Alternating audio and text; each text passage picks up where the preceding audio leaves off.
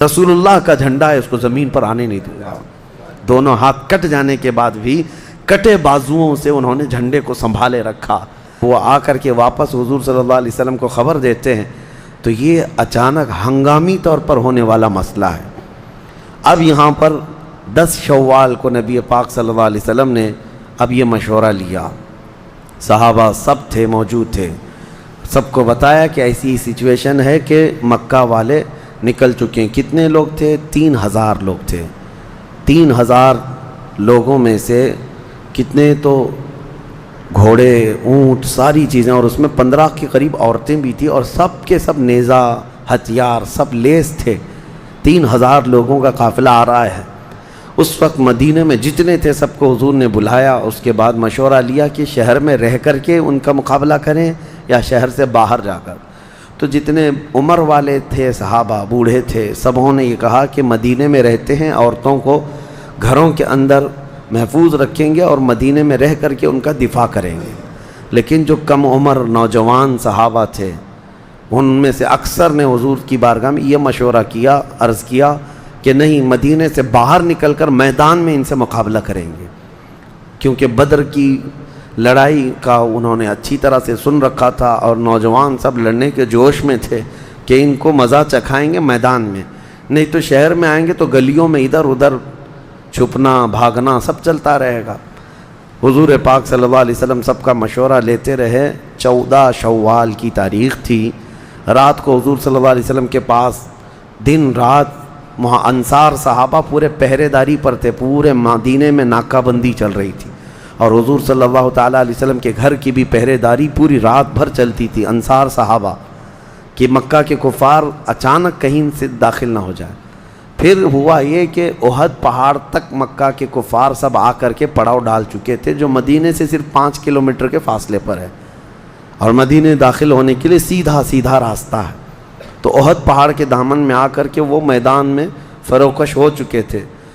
حضور صلی اللہ علیہ وسلم رات کے وقت اپنے حجرے میں گئے، اور واپس جب تشریف لائے تو جنگی لباس زیب تن فرمائے تھے۔ تو صحابہ کے پاس جیسی آئے تو صحابہ نے پوچھا، یا رسول اللہ صلی اللہ علیہ وسلم کیا حکم ہے؟ حضور پاک صلی اللہ علیہ وسلم نے فرمایا، ایک نبی جب جنگی لباس زیب تن کرتا ہے تو اب اسے یہ زیب نہیں دیتا کہ اب وہ اپنا لباس اتارے، شہر میں نہیں بلکہ شہر کے باہر نکلنا ہے۔ تو اسی مشورے پر صحابہ کرام سب تیار ہوئے۔ مدینے میں ایک منافق بھی تھا، عبداللہ بن ابی۔ منافق کا مطلب سمجھتے ہیں آپ، جو سامنے مسلمان تھا لیکن دل میں وہ بغض رکھتا تھا، اس کا دل سے اسلام کی طرف کوئی میلان نہیں تھا، لیکن دبدبہ تھا، غلغلہ تھا، اس کی وجہ سے ساتھ میں چل رہا تھا۔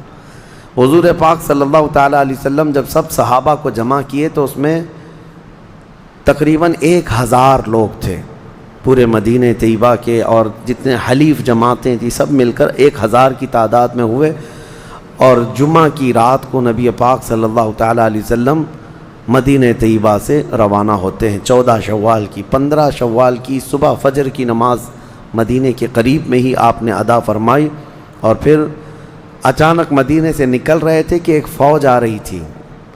حضور نے پوچھا، یہ کون لوگ ہیں؟ کہا، یہودیوں کی ایک جماعت ہے جو آپ کی مدد کے لیے آ رہی ہے۔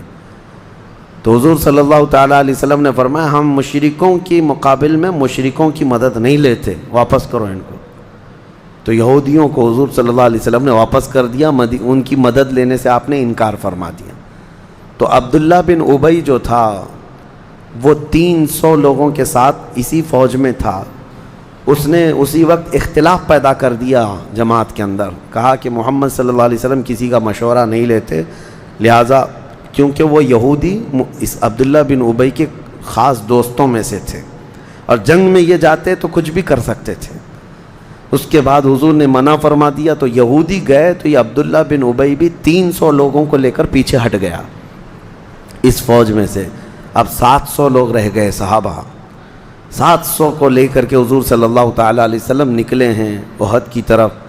اب اس جنگ میں جو لوگ شریک تھے ان کا بھی اپنا ایک جوش تھا، سب مدینہ کی عورتیں اپنے اپنے بیٹوں کو اس میں شامل کرتی رہیں، کوئی گھر میں باقی نہ رہے، سب حضور کی مدد کے لیے نکل پڑے، یہاں تک کہ بچے بھی آئے۔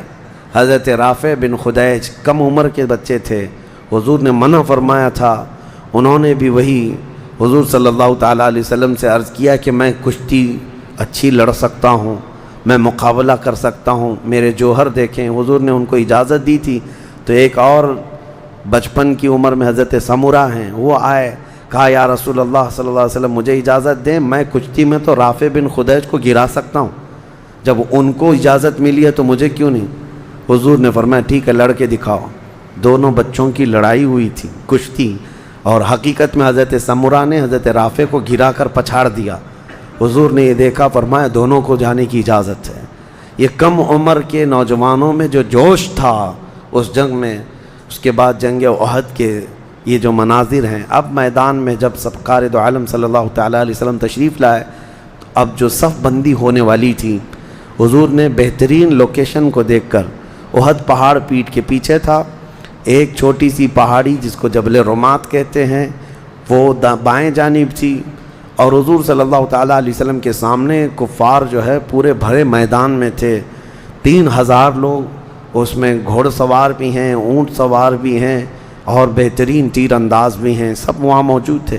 نبی پاک صلی اللہ علیہ وسلم نے اپنے لشکر کو 4 حصوں میں تقسیم فرمایا، ایک حصہ سامنے کی طرف، ایک دائیں، ایک بائیں، اور ایک پیچھے کی طرف، اور پھر اس پہاڑی پر حضور صلی اللہ علیہ وسلم نے 50 تیر انداز صحابہ کو کھڑا کیا۔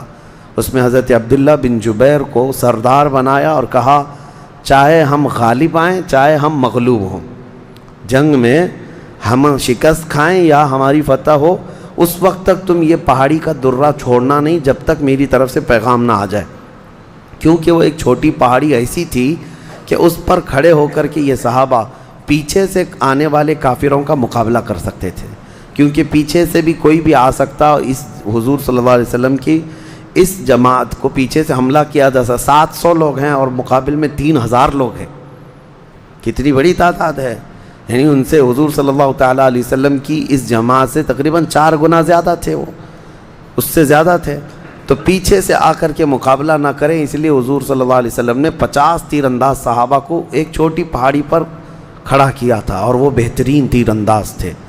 یہ جنگ کا لوکیشن تھا۔ اب کافروں کی طرف سے جو آئے تھے، اب ان لوگوں نے بھی بہترین صف اندازی کی تھی، اور اس میں میمنہ جس کو کہتے ہیں دائیں جانب والا پورا مورچہ خالد بن ولید نے سنبھالا تھا، میسرہ جس کو کہتے ہیں بائیں جانب والا پورا مورچہ اکرمہ بن ابو جہل انہوں نے سنبھالا تھا، اور طلحہ بن ابو طلحہ ایک شخص تھا، بڑا پہلوان تھا، وہ سامنے کے حصے میں جھنڈا اٹھایا ہوا تھا۔ جھنڈا مین ہوتا تھا جنگوں میں کہ اگر جھنڈا گر گیا تو اس کا مطلب شکست ہو جاتی، اور کوئی جھنڈا گرنے نہیں دیتا تھا۔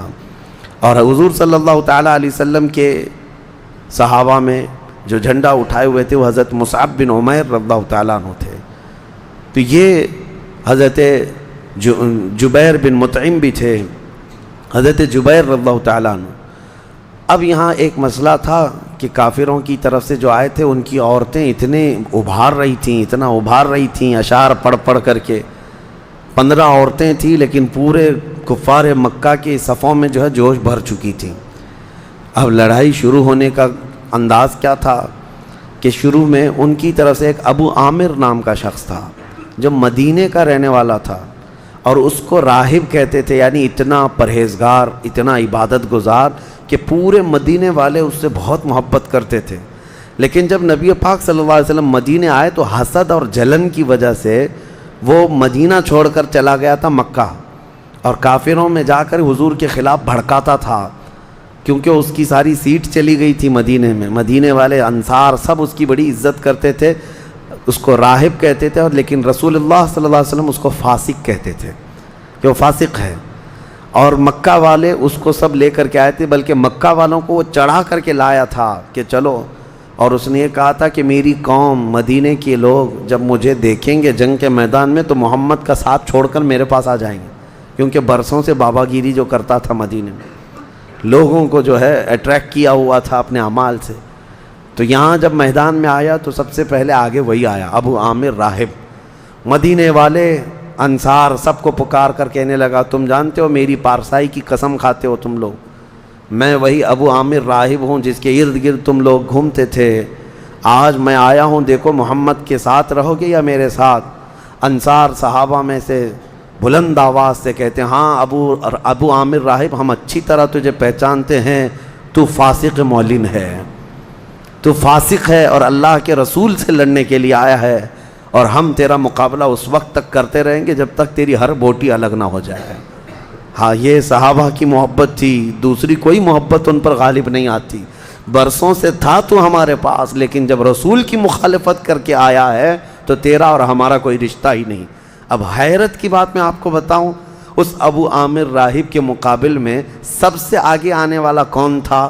حضور صلی اللہ تعالیٰ علیہ وسلم کی بارگاہ میں ایک نوجوان صحابی حضرت حنظلہ یہ آئے، کہا یا رسول اللہ مجھے اجازت دیں، میں اس سے لڑنے کے لیے جا رہا ہوں۔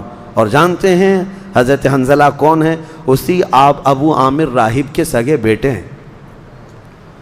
ہیں، حضور کے جھنڈے کے نیچے ہیں۔ عرض کرتے ہیں یا رسول اللہ مجھے اجازت دے، میرے باپ کا سر کاٹ کر کے لاؤں گا جو آپ کے مقابل میں آ کر کھڑا ہے۔ نبی پاک صلی اللہ تعالیٰ علیہ وسلم نے منع فرمایا کہ یہ زیب نہیں دیتا کہ ایک بیٹا اپنے باپ کے سر کو کاٹ دے، لیکن حضرت حنظلہ کی آواز سن کر کے کہ وہ للکارتے تھے تو ابو عامر راہب جو ہے شرمندہ ہو کر پانی ہو گیا۔ اس کی قوم ہی اس سے کہنے لگی تو یہ کہہ کر کے آیا تھا کہ مدینے والے سب ساتھ چھوڑ کر کے تیرے طرف آ جائیں گے، یہاں تو تجھ سے لڑنے کے لیے تیرا خود بیٹا سامنے آ رہا ہے، تیرا بیٹا آ رہا ہے، تیرا بیٹا تیرا محافظ نہیں بن سکا۔ وہ کہتا غضب کا جادو کیا ہے محمد نے، نعوذ باللہ من ذالک۔ میرے عزیزو یہ محبت مصطفیٰ تھی جو سب سے زیادہ غالب تھی صحابہ میں۔ وہ منظر جو احد کا ہے وہ بیان کرنے کے لیے بہت طویل وقت چاہیے، میں مختصراً عرض کر رہا ہوں، اور مجھے اس بات کا قلق بھی ہے، افسوس بھی ہے کہ ہم نے سیرت طیبہ کا یہ درس یہاں پر چھیڑ تو دیا ہے، لیکن رمضان ہی میں اگر اس سیشن کو ختم کرنا ہو تو شاید سیرت مصطفیٰ کے چیدہ باب صرف خالی آپ کے سامنے رکھ سکیں گے، ورنہ سیرت مصطفیٰ کو بیان کرنے کے لیے طویل وقت درکار ہے۔ اور میں یہ سوچتا ہوں کہ 5 دن باقی رہ گئے، اس وقت تک حضور پاک کی وفات تک کا اگر بیان کرنا ہے، اس میں کئی غزوات چھوٹ جائیں گے، کئی حضور پاک صلی اللہ علیہ وسلم کے اخلاق اور خصال حمیدہ، حضور کی پسندیدہ چیزیں، حضور کی شادیاں، یہ سب چیزیں رہ جائیں گی۔ پھر بھی میں انشاءاللہ العزیز ارادہ یہ کیا ہوں کہ جب تک انشاءاللہ جان باقی رہے، چاہے رمضان ہو اس کے بعد ہو، سیرت طیبہ کا انشاءاللہ یہ درس جاری رہے گا۔ آپ حضرات میں سے اللہ جس کو توفیق دے وہ سنتا رہے انشاءاللہ۔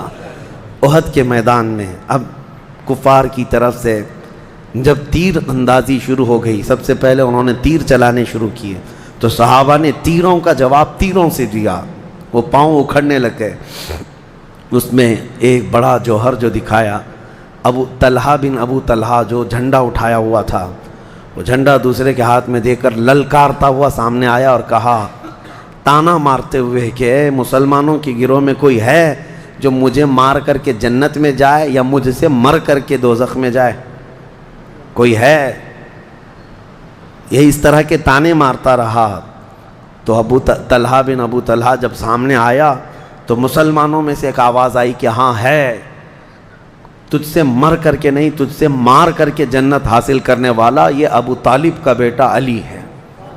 حضرت علی سامنے آئے اور جب مقابلے کے لیے آئے تو ذوالفقار حیدری سے اس کو ایسا مارا کہ اس کا سر پھٹ گیا، نیچے گرا۔ حضرت علی نے منہ پھیر کر کے پھر مسلمانوں کی طرف رخ کر لیا، تیزی سے ادھر آنے لگے۔ صحابہ نے کہا کہ وہ گرا ہے، اس کا آپ گردن کیوں نہیں الگ کرتے؟ خالی سر زخمی ہوا ہے اور گر پڑا ہے۔ حضرت علی کرم اللہ وجہہ الکریم کی غیرت دیکھیں، کہتے ہیں میں اس کے سر پہ مارا تو اس کی شرمگاہ کھل گئی، اس کے کپڑے کھل گئے اور وہ چیخنے لگا کہ مجھے معاف کرو، مجھے اس کی شرمگاہ نہیں دیکھنی تھی، اس لیے میں چہرہ پھیر کر کے ادھر آیا کہ اللہ اس کو اسی ذلت میں موت دے دے گا۔ یہ غیرت حیدر کرار ہے، کہتے ہیں کہ میں اس کے قریب جا کر مار دیتا، الگ کرتا، مجھے اس کا بے ستر ہو کر کے دیکھنا اچھا نہیں لگا، میں سر پھیر کر آ گیا، لیکن تھوڑی دیر کے بعد وہ بلبلاتا ہوا موت کے گھاٹ اتر گیا۔ یہ جنگ کے جو مناظر ہیں، اس کے بعد جو حالات بدلے وہ کیسے ہوئے؟ ہوا یہ کہ مسلمانوں میں ایسا جوش تھا، اسی لیے کفار کے سردار ابو سفیان نے پہلی میٹنگ میں کہا تھا مکہ میں کہ تم لوگ جوش میں تو ہو، مسلمانوں سے لڑیں گے، لیکن تم کو پتہ نہیں ہے کہ وہ مسلمان جب لڑتے ہیں تو ایسا لگتا ہے جیسے طوفان آیا ہے یا بڑے بڑے چٹانوں سے ٹکرانا ہے۔ اس لیے عام مت سمجھو، احد میں بھی ان کافروں نے دیکھ لیا کہ ان سے لڑنا آسان نہیں ہے۔